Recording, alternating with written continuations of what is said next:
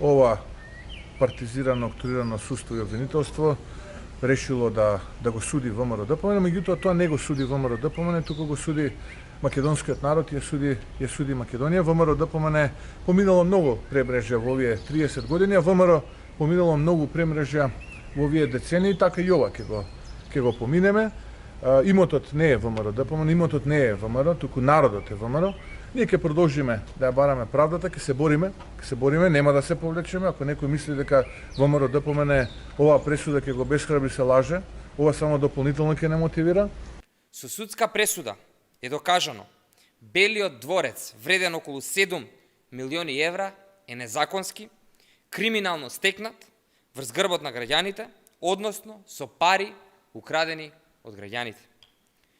ВМРО ДПМН ги крадела граѓаните, трупала имот, луксус и пари на незаконски, криминален начин, додека граѓаните тонеа во сиромаштија и долгови.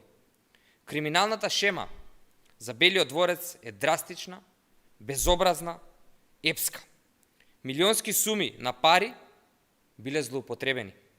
Деталниот урбанистички план 3 пати е менуван за ВМРО ДПМН да добие 12.000 квадратни метри за седиштето, а на местото на стамбената зграда да никне хотел.